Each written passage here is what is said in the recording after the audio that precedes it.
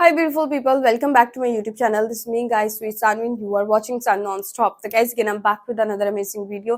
आज हमारी कुछ हुए हैं बांग्लादेश क्राइसिस, जो कि खान सर एक्सप्लेन कर रहे हैं। खान सर का एक अनोखा ही अंदाज होता है चीजों को एक्सप्लेन करने का, जो कि मुझे और आप लोगों को बहुत पसंद है। इसलिए जो है बार बार इनकी वीडियोस जो है वो मुझे सजेस्ट भी होती है और मैं इनको प्रेडिक्शन वीडियो भी बनाती हूँ। 1971 की वॉर जो थी ना, उसको इन्होंने एक्सप्लेन किया, इस तरह से इन्होंने एक्सप्लेन किया उस टाइम पर कि मुझे ऐसे लगा कि मेरी सारी चीजें जो है मेरी आंखों के सामने हो रही हैं और मैं उन चीजों को विजुअलाइज कर पा रही थी। इतने अच्छे से खान सर जो है वो एक्सप्लेन कर रहे थे।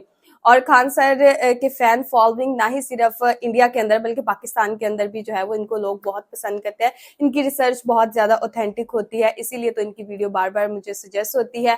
तो आप लोगों ने आज जो है वीडियो 1 मिनट के लिए स्किप नहीं करनी, बिकॉज खान सर जो है वो हिस्ट्री के फैक्ट जो है वो उठाते हैं और इनको आज के साथ किस तरह से जोड़ते हैं, वो एक इनका अनोखा ही अंदाज होता है। बांग्लादेश, पाकिस्तान और इंडिया, ठीक है, इनका जो है वो स्टार्टिंग से एक रिश्ता चलता जो है वो आ रहा है।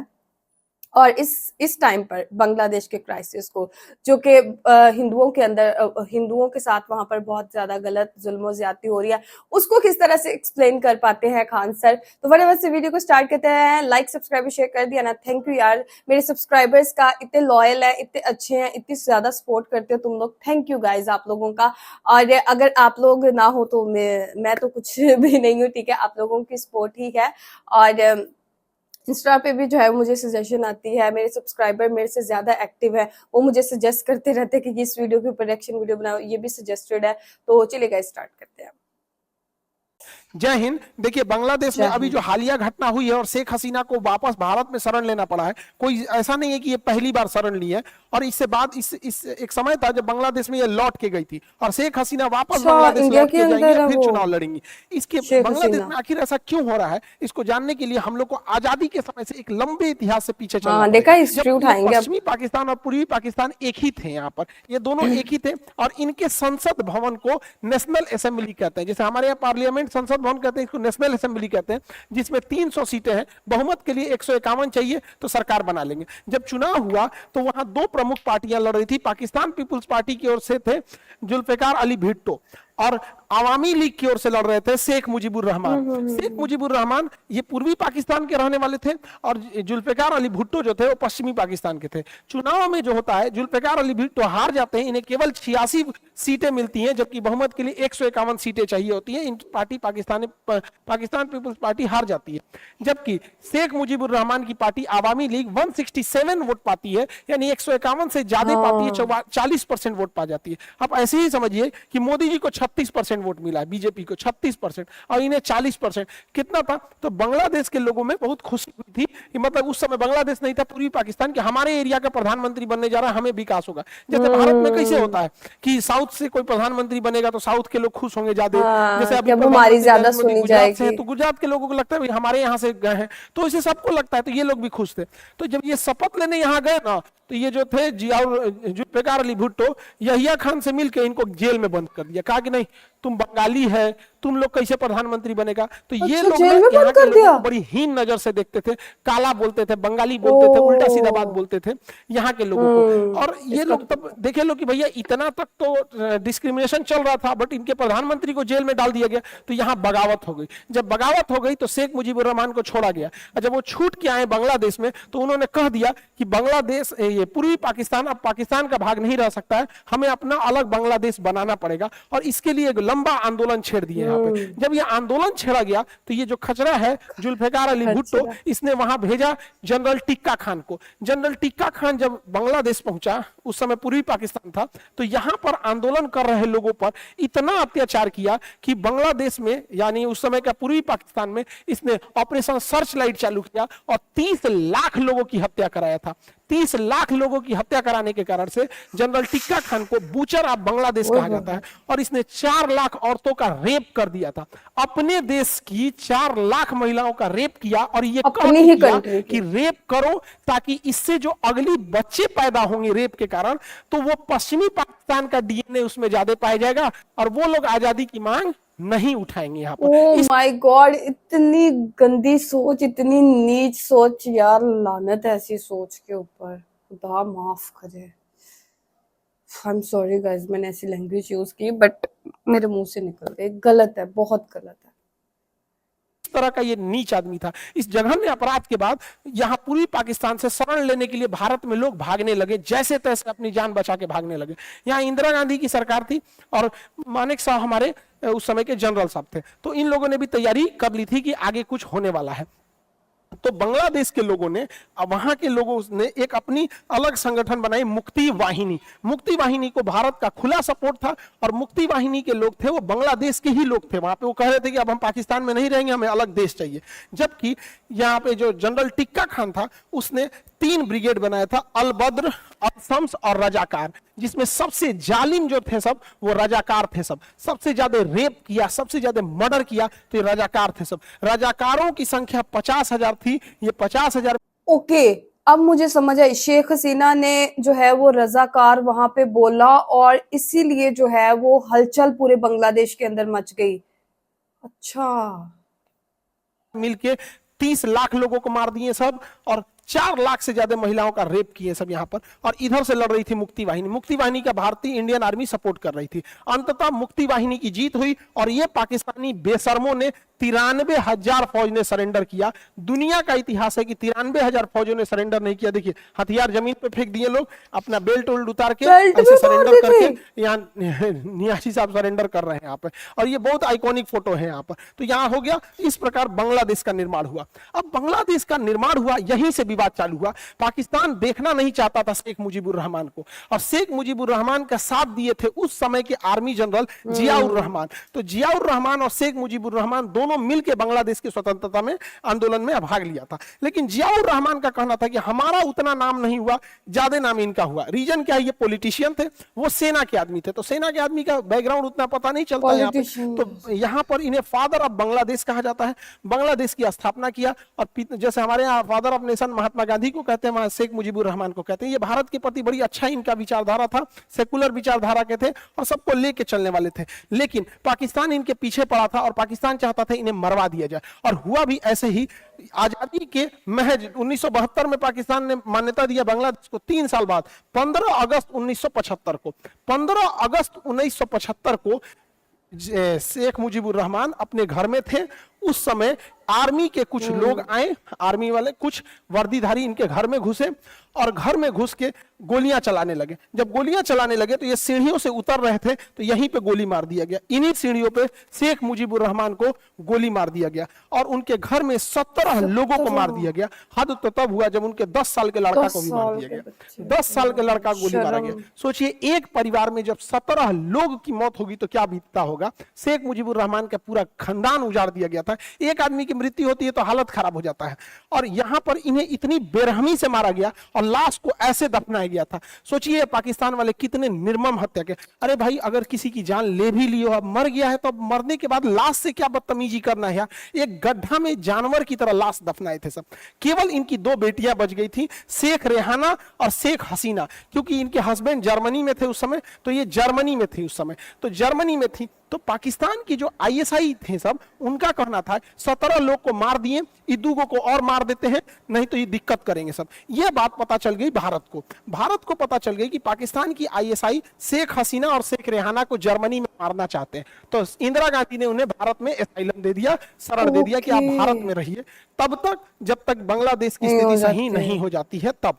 और जैसे बांग्लादेश की स्थिति सही हो जाएगी, आप वापस जाके वहां चुनाव लड़िएगा और फिर सत्ता संभालिएगा। यही कारण है कि शेख हसीना भारत का बहुत समर्थन करती हैं, क्योंकि शेख हसीना जिंदा है तो उसके कहीं ना कहीं उसके पीछे भारत का हाथ है। अगर भारत को शरण नहीं दी तो बहुत मुश्किल हो जाता, क्योंकि आईएसआई इनके पीछे पड़ी हुई थी। हुआ क्या, वहां पर 1975 में शेख मुजीबुर रहमान की हत्या हो जाती है। तो शेख मुजीबुर रहमान के साथ जो सेनापति लड़ रहे थे जियाउर रहमान, जो ये कह रहे थे कि हमको क्रेडिट नहीं मिला, अब इनके हाथ में सत्ता आ जाती है। तो जियाउर रहमान के हाथ में सत्ता आ जाती है, लेकिन बांग्लादेश की जो सेना थी वो इनको भी नहीं देखना चाहती है। ये एक दिन चटगांव दौरे पर थे, तो 30 मई 1981 को सेना ने इनके घर में भी घुस के ऐसे ही हत्या किया जैसे शेख मुजीबुर रहमान के किया था। तो इनका हत्या कर दिया गया जियाउर रहमान की, और इनकी पत्नी का नाम था खालिदा जिया। और खालिदा जिया जो थी विधवा हो गई वहां पर, तब वो एक विधवा जीवन जीने लगी वहां पे। तो और इनको मरवाने वाले थे जनरल इरशाद। तो यहाँ इनकी भी हत्या हो गई। जब जियाउर रहमान की हत्या होती है 1981 में, तो इंदिरा गांधी को लगता है कि यही समय है शेख हसीना को भेजने के लिए। तो वो क्या करती हैं, शेख हसीना को वापस बांग्लादेश में भेजती हैं कि देखिए अब अपोजिशन में कोई नहीं है, यही समय है आपके जाने का। तो 1981 में वापस शेख हसीना बांग्लादेश जाती हैं और अपने पिता की पार्टी जो आवामी लीग थी, तो पाकिस्तान जब था एक में तो आवामी लीग था, जब विभाजन हो गया तो इसका नाम हो गया बांग्लादेश आवामी लीग। तो इन्होंने बांग्लादेश आवामी लीग की अध्यक्ष के पद पे गई और वहां चुनाव लड़ी और उसके बाद मुख्य विपक्षी पार्टी जो हो गई, जियाउर रहमान की विधवा जो थी उनका नाम खालिदा जिया था। अब देखिए आरोप प्रत्यारोप का दौर कैसे चालू होता है। शेख हसीना का कहना है कि मेरे पिताजी की हत्या इन लोगों ने कराया था, खालिदा जिया ने कराया था। खालिदा जिया का कहना है कि मेरी पति की हत्या, जियाउर रहमान की हत्या इन लोगों ने कराया था। यानी ये अपने पिता की हत्या का आरोप इन पे लगा रही हैं, ये अपने पति का आरोप इन पे लगा रही हैं। आज तक इन दोनों बेगमों की लड़ाई में बांग्लादेश के लोग घिस रहे हैं यहाँ पर। तो ये दोनों एक दूसरे पे आरोप प्रत्यारोप लगाती हैं, लेकिन अब दोनों यही चुनाव में रहते हैं। इनकी पार्टी का नाम हो जाता है बांग्लादेश आवामी लीग और इनकी पार्टी का नाम हो जाता है बांग्लादेश नेशनलिस्ट पार्टी, बीएनपी हो जाता है यहाँ पर। अब देखिए होता क्या है, 1986 में, 96 में, 81 में ये आई थी और 1996 में ये चुनाव जीत जाती हैं। शेख हसीना चुनाव जीत जाती हैं 1996 में और उसके बाद वो सत्ता संभालती हैं और सत्ता संभालने के बाद पाकिस्तान समर्थित कट्टरपंथी लोग जमाते इस्लामी वगैरह पे प्रतिबंध लगा देती हैं। लेकिन 1996 में 15 अगस्त का दिन था जब इसी घटना को याद किया जा रहा था कि शेख हसीना जो थी एक दुख का मतलब दुख मना रही थी कि 15 अगस्त 1975 को इनके पूरे परिवार को मार दिया गया था। तो हर साल बांग्लादेश में 15 अगस्त के दिन शोक के तौर पे मनाया जाता है।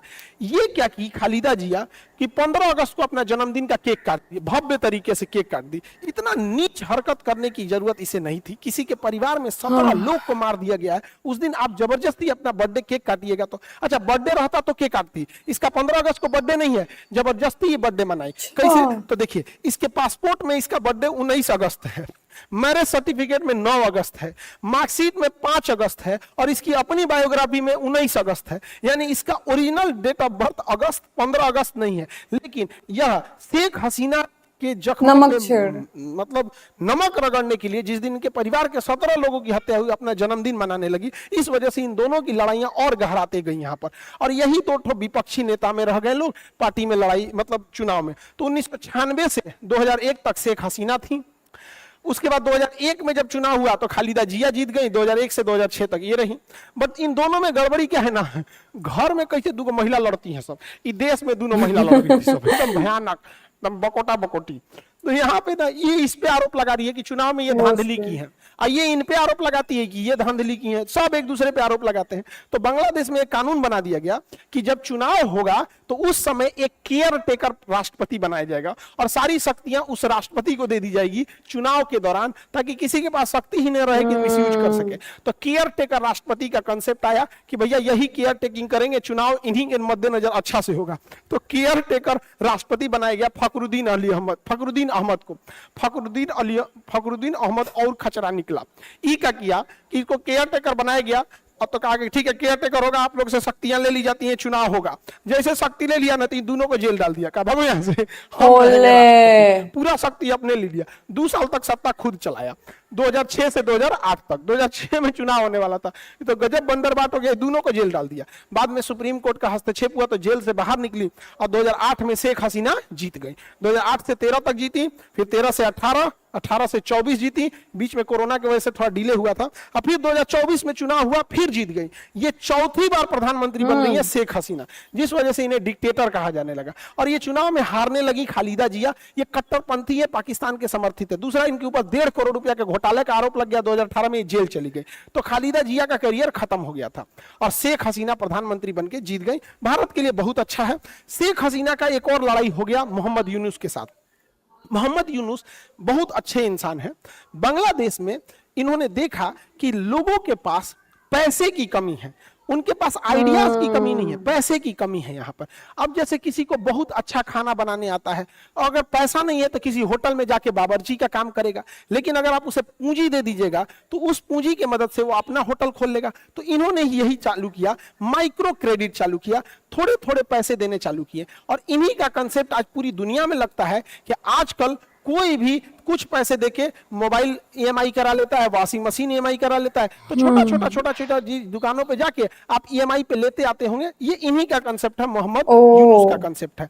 आजकल तो वही हो गया है, सोचा लड़का सब ईएमआई पे आईफोन लेके चमका रहा है, अरे क्या जरूरत है दिखाने का। तो ये वाला कंसेप्ट इनका था। लेकिन इन्होंने सोचा कि हम भी क्यों ना चुनाव लड़ ले। तो 2007 में इन्होंने नागरिक शक्ति पार्टी बनाया, लेकिन चुनाव हार गए। तो बांग्लादेश की शेख हसीना का अब इनसे विवाद होने लगा कि भैया इनको निपटाओ। कोई भी बांग्लादेश में गड़बड़ी होता था तो शेख हसीना इन्हीं की ओर आरोप लगा देती थी। एक बार ऐसा हुआ कि शेख हसीना ने कहा कि मोहम्मद यूनुस को पद्मा नदी में डुबा देना चाहिए, जब उनको मरने वाले हो तो वापस निकाल देना चाहिए, अब फिर डुबाना चाहिए, तड़पा तड़पा के रखना चाहिए। तो शेख हसीना का इनके साथ भी विवाद चल रहा था। अभी यही है केयर टेकर प्रधानमंत्री बांग्लादेश का। देखिए बांग्लादेश में दो प्रमुख नदी देखेंगे तो ब्रह्मपुत्र नदी चाइना से होते हुए बांग्लादेश में जाती है। ब्रह्मपुत्र नदी को भारत में ब्रह्मपुत्र कहेंगे, लेकिन बांग्लादेश में जमुना कहते हैं। और गंगा नदी जब बांग्लादेश में प्रवेश करती है तो उसे पद्मा कहते हैं। तो जो पद्मा नदी में डुबाने की बात थी वो एक्चुअल में गंगा नदी है, गंगा को बांग्लादेश में पद्मा कहते हैं। जब ये दोनों मिल जाती है, इनकी संयुक्त धारा में एक मेघना आके मिलती है, तो इनको संयुक्त, दोनों की संयुक्त धारा को हम मेघना नदी कहते हैं। ये तो ज्योग्राफी का टॉपिक है। अब देखिए जब 2024 में शेख हसीना चुनाव जीतती है, तो चुनाव जीतने के बाद एक बहुत ही मैच्योर्ड प्रधानमंत्री के तौर पर ये अपने देश का भला सोचते हुए भारत को भी लेके चलती हैं, चाइना को भी, रसिया से भी। यानी बांग्लादेश तीनों को बैलेंस करके चल रहा था। न ज्यादा रसिया, चाइना, इंडिया किसी को ज्यादा फेवर नहीं कर रहा था, क्योंकि ये हकीकत भी है। और ये बहुत मेजोरिटी से जीत के आई थी, 300 में से 222 सीट यानी 41% चुनाव जीत के आई थी वोट। लेकिन एक रिजर्वेशन की वजह से यहां बवाल हो गया। रिजर्वेशन था कि 1971 की जो लड़ाई हुई थी स्वतंत्र कराने के लिए बांग्लादेश में, उसमें कुछ आरक्षण की व्यवस्था की थी। बांग्लादेश में आरक्षण जाति धर्म के नाम पे नहीं है, स्वतंत्रता सेनानियों को है। तो 1972 में 30% आरक्षण दिया गया स्वतंत्रता सेनानियों को कि जो फ्रीडम फाइटर है। लेकिन 1972 के बाद 1997 में यह 30% आरक्षण उन फ्रीडम फाइटर के बच्चों को भी दे दिया गया। तो लोगों ने कहा कि भैया फ्रीडम फाइटर के बच्चों को क्यों दे रहे हो। फिर लोगों ने बर्दाश्त किया कि चलो भाई बच्चे को दे देते हो, ठीक है। 2010 में शेख हसीना जब प्रधानमंत्री आती थी तो फ्रीडम फाइटर को बहुत महत्व देती थी, क्योंकि फ्रीडम फाइटर इनके पार्टी में ज्यादा थे। तो फ्रीडम फाइटर के नाती पोता को भी आरक्षण दिया गया। ये और बांग्लादेश में होने लगा कि भैया आप सबको आरक्षण देते जाएंगे, जो लड़ा था उसको दिए ठीक है, उसको बच्चा को दिए, फिर बच्चा के बच्चा को दे रहे हैं, ये ठीक नहीं है। तो जब विरोध होने लगा तो शेख हसीना ने 2018 में यह 30% आरक्षण खत्म कर दिया। तो देश में बवाल खत्म हो गया, आरक्षण को खत्म कर दिया। लेकिन इसी बीच एक स्वतंत्रता सेनानी पहुंच गया हाईकोर्ट, और हाईकोर्ट में कहा कि नहीं, हमें आरक्षण मिलना चाहिए क्योंकि हमने स्वतंत्रता की लड़ाई लड़ी थी। इसी साल 2024 में हाईकोर्ट ने कहा कि नहीं, वापस 30% दे दो। तो भैया इसमें शेख हसीना ने तो दिया नहीं था, इसमें तो हाईकोर्ट ने दिया था। लेकिन लोग भड़क गए शेख हसीना पे। याद कीजिए यही घटना हुई थी मणिपुर में। कोर्ट ने डिसीजन दिया था आरक्षण के लिए, और कोर्ट के डिसीजन के बाद इतना भीषण बवाल हुआ था। और बांग्लादेश में भी कोर्ट ने डिसीजन दिया, उसके बाद भीषण बवाल हो गया। ढाका यूनिवर्सिटी के बच्चे जो थे सड़कों पे निकल गए। इसमें अमेरिका की इन्वॉल्वमेंट हो गई, पाकिस्तान की इन्वॉल्वमेंट हो गई, और शेख हसीना थोड़ी रिजिड हो गई। उनको इंटरनेट शटडाउन उसी समय कर देना चाहिए, और किसी भी कार्रवाई करो तो गुप्त ढंग से कार्रवाई करो। और ये स्टूडेंट बहुत भयानक बगावत ले लिए, और इसमें एक बहुत बड़ी घटना हो गई। जब पुलिस गोली चलाई तो कुछ बच्चों की मृत्यु हो गई, शहीद हो गए कुछ बच्चे, जिससे कि युवा और भड़क गए। युवाओं को प्यारे से समझा सकते, धमका के तो युवाओं को नहीं समझा सकते हैं। इसी बीच जब आंदोलन चल रहा था तो मीर मत नाम का एक व्यक्ति था, मीर मगदो था, वो पानी पिलाता था सबको, जो आंदोलनकारी थे, पानी पी लो पानी पी लो पानी पी लो। तो इसी दौरान जब पुलिस गोली चलाई ना तो उसको लग गया। अब भीषण और बवाल हो गया कि भैया वो तो पानी पिला रहा था, आंदोलन नहीं कर रहा था, तुमने गोली मार दिया। और उग्र हो गया आंदोलन। इसी बीच यूनिवर्सिटी के 3 विद्यार्थी, नाहिद, आसिफ और अबू बकर, इन 3 जो मेन लीडर थे, पुलिस इनको उठा लेती है अलग अलग जगहों पे, और सिविल ड्रेस में पुलिस उठा लेती है। और इन लोग को इतना मार मारती है, इतना मार मारती है, अब मार के अब वीडियो बनवाती है। तो ये लोग कहते हैं आंदोलन मत कीजिए, लेकिन जब मारे रहेंगे तो पता चल जाएगा। तो ये लोग कहते हैं कि जरूर इन लोगों ने अरेस्ट किया है। तो बांग्लादेश की पुलिस कहती है नहीं, हमने अरेस्ट नहीं किया है, पता नहीं कहां से वो वीडियो बना है।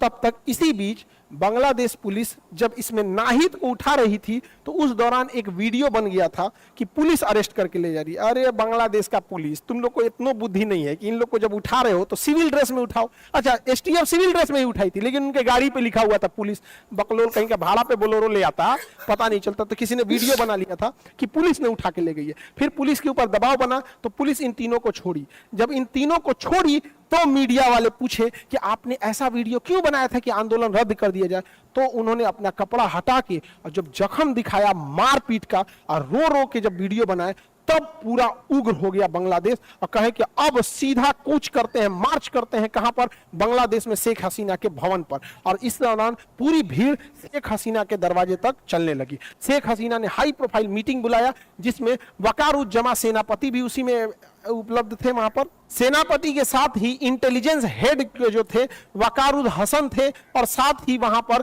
जो NSA national security advisor Tariq Hasan Siddiqui भी थे। ये तीनों लोग मिलकर शेख हसीना को कहें कि हम भीड़ को कंट्रोल नहीं कर पाएंगे, हम लाठी नहीं चार्ज कर सकते हैं, गोली नहीं चार्ज कर सकते, आप यहां से चले जाइए, बांग्लादेश छोड़ के आप चली जाइए। ये जाने को रेडी नहीं थी तो इनके बच्चे को अमेरिका में फोन लगाया गया और इनकी बहन से जब बात कराया गया तो इन लोगों ने समझाया कि भीड़ ने ही 17 लोगों को मार दिया था घर में घुस के, आप ही बची हैं, एगो अब खाला बचल है, चल आइए फिर कभी जाइएगा वापस। तो 40 मिनट का समय दिया गया और सेनापति ने इन्हें वापस हेलीकॉप्टर से फिर जहाज में बैठा के भारत भेज दिया। जबकि ये सेनापति बनने लायक नहीं थे, वकारुज्जमा सेकंड सीनियर थे, इनको जानबूझ के शेख हसीना ने प्रमोशन दिया था इसी साल 11 जून को कि आप बनिए। ये उनके रिश्तेदार लगते हैं, ये शेख हसीना की ना शेख रेहाना के देवर लगते हैं, तो रिश्तेदारी में बांटेंगे लोग यहाँ पे। और हो गया कांड यहाँ पर, फिर शेख हसीना को बांग्लादेश छोड़ना पड़ा, हेलीकॉप्टर से फिर जहाज में बैठी और जहाज में इनका सुपर हरकुलियस जहाज हिंडन एयरपोर्ट पे ले आके लैंड किया यहाँ पर।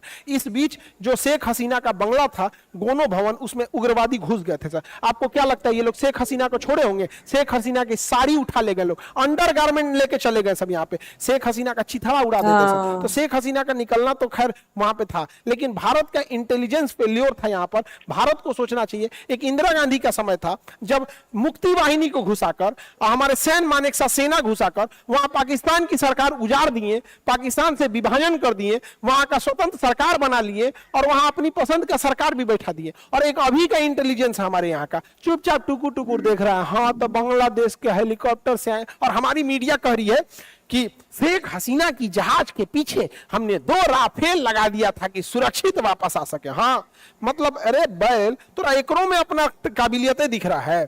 यही चीज अगर इजराइल में होता तो स्टूडेंट लोग कभी गायब हो जाते, लोग पते नहीं चलता। ये तीनों स्टूडेंट में पता चलता ये उसको मार दिया, वो उसको मार दिया, दूसरे जगह हो जाता है। यहाँ पे ये गलत है। शेख हसीना का जाना मतलब वहां से भारत का जाना। अब वहां सब जितनी ताकतें आएंगी सब उठपटांग आएंगी। अब वहां का सेना प्रमुख तो अलग था, बताइए इसमें सेना प्रमुख भी मिला जुला था और इसने ही घोषणा किया कि हम सरकार बनाएंगे। और एक भारत है जहां पे इतने प्रोफेशनल ढंग से सेना, हमारे सेनापति उपेंद्र द्विवेदी सर, हमारी मुलाकात हुई थी कुछ दिन पहले, इतने मतलब इतने बड़े पोस्ट पे जो 13-14 लाख सेना को मतलब कंट्रोल कर रहा है। हमारी जब मुलाकात हुई थी तो हम कहते कि सर हमको भी जाना था फौज में, अगर हम रहते तो आपके अंडर कमांड हम कहीं ड्यूटी पे रहते। तो उन्होंने कहा नहीं, आप पढ़ा रहे हैं, अच्छे से पढ़ा रहे हैं, जो मिडिल क्लास है, गरीब है, इन लोगों को आप पढ़ा रहे हैं, बहुत अच्छा काम कर रहे हैं यहाँ पर। तो सोचिए भारत के एक सेनापति हैं जिनको इतनी व्यस्तता के बावजूद इतना पता रहता है देश के बारे में। यहाँ पर 13 लाख की 14 लाख की फौज को ये लोग संभाल रहे हैं। और एक ही बांग्लादेश का है, इसके यहाँ सेनापति इतना लोगों को रोक नहीं पाया, बताइए इतना भीड़ को नहीं रोक पाया। अब वही भारत की सेना को दे दीजिएगा तो कचूमर निकाल दिए रहते। तो खैर सैल्यूट हो हमको भारत की सेना, हमारे पूरी सेना के ऊपर जो इतना डिसिप्लिन तरीके से प्रोफेशनल ढंग से देश की सेवा करते हैं। अब सेना, अब बांग्लादेश की कमांड आ गई है मोहम्मद यूनुस के पास। इनमें इन 3 प्रदर्शनकारियों को भी रखा गया है, इंटेलेक्चुअल लोगों को रखा गया, वकील, जज, साइंटिस्ट हैं, सब कुछ महिलाएं हैं। अब वो लोग बांग्लादेश को एक नए ढंग से चालू करेंगे। लेकिन बांग्लादेश में उपद्रव बहुत ज्यादा हो गया है। अब कई लोग का कहना है कि अमेरिका का इसमें चाल नहीं था, बिल्कुल चाल था अमेरिका का। अमेरिका देख रहा था कि बांग्लादेश कैसे इंडिया को भी बैलेंस कर रहा है, चाइना को भी, रसिया को भी बैलेंस कर रहा है, इसलिए अमेरिका को यह पसंद नहीं आ रहा था। इसीलिए अमेरिका चाल चलने लगा और बार बार बोलता था कि बांग्लादेश में चुनाव अच्छा से नहीं हुआ है। भैया अमेरिका में कौन सा चुनाव अच्छा से हुआ था? ट्रंप तो खुदे आरोप लगा रहे थे उनको जबरदस्ती हराया गया यहाँ पे। तो अमेरिका ने क्या कहा, मतलब शेख हसीना का कहना था कि अमेरिका यहाँ सेंट मार्टिन आइलैंड चाहता है। क्यों? क्योंकि चाइना के जितने भी जहाज हैं ये मलक्का स्ट्रेट से निकलते हैं, इस पर नजर रखने के लिए चाइना चाहता है, अमेरिका चाहता है। तो शेख हसीना ने मना कर दिया कि यहाँ अगर अमेरिका को दे देंगे तो भारत भी नाराज हो जाएगा, चाइना भी नाराज हो जाएगा, इन दोनों की वजह से रसिया भी नाराज हो जाएगा, तो मना कर दिया यहाँ पर। यही आरोप लगाई थी अमेरिका के ऊपर। अभी हाल ही में अमेरिका के डेलीगेट्स आए थे सब बांग्लादेश में। अब देखिए अमेरिका का योगदान कैसे नहीं है, बांग्लादेश में आए थे सब, उन्हें कायदे से बांग्लादेश के प्रधानमंत्री से मिलना चाहिए और नेता विपक्ष से भी मिलना चाहिए। उन लोगों ने प्रधानमंत्री से मुलाकात नहीं किया, डायरेक्ट मिले, नेता विपक्ष से चले गए। बताइए कोई तरीका है? तो साफ वो दिखा रहे थे लोग कि ये बांग्लादेश में अमेरिका का इंटरवेंशन है। विदाउट अमेरिका के इंटरवेंशन ऐसा हो ही नहीं सकता है। यूएनओ की बेशर्मी देखिए, यूएनओ क्या कह रहा है कि प्रदर्शनकारियों पे लाठीचार्ज नहीं होना चाहिए, ये इनका अधिकार है। अरे ये छोटे प्रदर्शनकारी शेख हसीना का अंडरगारमेंट नोच के लेके चल गए, सब साड़ी नोच के लेके चल गया सब, इनके पर प्रोटेस्ट नहीं होना चाहिए, इनका अधिकार है। और कश्मीर में जब हम लोग आतंकवादियों को मारते हैं ना, तो हम लोग पे इंक्वायरी बैठा देता है। अब बांग्लादेश में हिंदुओं के साथ, माइनॉरिटी के साथ अत्याचार बढ़ जाएगा। अब कौन रोक सकता है उसको बढ़ने से? लिए सरकार जो थी शेख हसीना की, वो न्यूट्रल सेकुलर सरकार थी, अब उस पर बढ़ जाएगा। अब सरकार इस पे कितना रोक सकती है? यहाँ पर दूसरे की गवर्नमेंट है। और वहां पर शेख मुजीबुर रहमान का पुतला गिरा दिया सर। क्या ये स्टूडेंट है सब? नहीं है सर। और हम लोग कह रहे हैं बहुत गलत हुआ, शेख मुजीबुर रहमान का पुतला नहीं गिराना चाहिए। अब भारत में जब गांधी जी लोग को मारते हैं लोग, तो इनकी जो कहते हैं लोग नाथूराम गोडसे की जय, तो दुनिया हम लोग को का तारीफ करती होगी।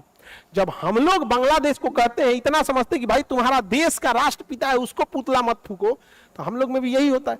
तो रेडिकलाइज नहीं होना चाहिए, देश के लिए अच्छा बात नहीं है। अभी भारत को यही मौका है कि चिकन नेक जो 22 किलोमीटर है, चौहड़ के अपना कब्जा कर लो। ससुरा तो नहीं लो, या तो शेख हसीना वापस जाएंगी तो हम लोग लौटा देंगे, और नहीं तो ले कब्जे कर लेते हैं यहाँ पे, वरना चाइना यहाँ के बैठ जाएगा। तो यही मौका है बढ़िया से कब्जा लेने का यहाँ पे। अभी भारत से बहुत सारी कंपनी बांग्लादेश को बिजली सप्लाई कर रही थी, Adani group, NTPC power grid corporation. अब बांग्लादेश के लोग हम लोग का बिजली फूंक दिया तुम लोग, और 8,000 करोड़ बिजली बिल अभी तक नहीं दिया। बांग्लादेश वाले हम लोग का बिजली दे दो, बिल दे दो, इतना फूंक दिया यहाँ पर। तो आप लोग को ये समझ में आया होगा। और अभी सुबह 7 बजे पॉलिटी चल रहा है, 8 बजे ज्योग्राफी, 9 बजे फिजिक्स स्टार्ट होगा और 10 बजे इंडियन मैथ। तो सुबह का नींद त्यागिए। 7 ओके गाइस, तो ये सारी चीजें जो हैं बहुत ही अच्छे से एक्सप्लेन की गई जो है वो खान सर ने, और हिस्ट्री के कुछ फैक्ट्स उठाए, और अभी प्रेजेंट के अंदर जो है वही सारी चीजें जो है वो शेख हसीना और फिर वो खालिदा बेगम के अंदर जो है वो लड़ाई झगड़े जो चल रहे हैं, वो सारी चीजों को जो है वो एक्सप्लेन किया गया। और मैं कहती हूँ कि वाकई खान सर भी कह रहे हैं कि इंडियन को जो है वो अपनी फौज जो है वो बांग्लादेश के अंदर भेजनी चाहिए थी, और जितने भी हिंदुओं के ऊपर वहां पे जुल्म हो रहा था उनको सेव करना चाहिए था। शेख हसीना को जो है वो इंडिया लाने के बजाय उधर ही उनको रखते और उनको जो है वो सेव करते। पहले भी जो है वो शेख हसीना को इंडिया वालों ने ही जो है वो सेव किया था, और जर्मनी से उठा के जो है वो इंडिया, इंदिरा गांधी ने जो है वो उनको पनाह दी थी। बहुत अच्छी बात है। और इसलिए शेख हसीना जो है वो शुरू से ही जो है वो हिंदुओं से बड़ा प्यार करती हैं, और मोदी जी की बहुत रिस्पेक्ट करती हैं। इंडिया के साथ उसके ताल्लुकात जो थे वो बहुत अच्छे थे, और वो क्या था कि उधर जो है एक फायर वॉल बन के जो है वो खड़ी हो चुकी थी, और वहां पे जो है वो किसी भी हिंदू को जो है वो उसके ऊपर जुल्म ज्यादती होने नहीं देती थी शेख हसीना। इसीलिए शेख हसीना को जो है वो बहुत ही, जिसे कहते हैं, एक साजिश के तहत स्टूडेंट्स का यूज करके, ऑर्गेनिक प्रोटेस्ट नहीं था ये, स्टूडेंट्स को यूज करके जो है ये प्रोटेस्ट करवाया गया और शेख हसीना को गिराया गया। शेख हसीना को गिराना मतलब यही था कि दूसरी पार्टीज को लाना, बिकॉज शेख हसीना जो थी ना वो काफी हद तक चीजों को बैलेंस करके चलती थी, और बहुत अच्छी अच्छी बातें भी हो रही थी वहां पर। बहुत अच्छी चीजें जो है वो बांग्लादेश के अंदर जो है वो देखने को मिल रही थी। और अभी जो है ना फिर इंडिया को, सॉरी, अमेरिका ने जो है वो अपना आइलैंड भी बनाना था वहां पर, और वहां पर फिर चाइना की सिक्योरिटी को मसला, फिर चाइना के साथ और इंडिया के साथ वो जो है वो गद्दारी नहीं कर सकती थी शेख हसीना, जिसकी खमियाजा जो है उनको अपना जो है वो क्या कहते हैं राजपद छोड़कर जो है वो भुगतना पड़ा। उनका ये शेख हसीना की लॉयलिटी थी इंडिया के साथ, जो कि उन्होंने अमेरिका को जो है वो सुपर पावर को जो है वो आइलैंड बनाने नहीं दिया बांग्लादेश के अंदर। अगर वो बनाने देती ना तो आज वो अपनी सीट के ऊपर होती। आज वो अपनी सीट के ऊपर नहीं है, तो उन्होंने जो है वो इंडिया और चाइना के साथ अपनी लॉयल्टी शो करवाई थी। और वीडियो जो है वो काफ़ी डेप्थ के अंदर जाके जो है वो खान सर ने हर चीज़ को जो है वो एक्सप्लेन किया है। आप लोगों को आज की वीडियो कैसी लगी? Do comment, like, subscribe, share करते जाइएगा। तो चलिए गाइस, मिलते हैं नेक्स्ट वीडियो के। Bye bye.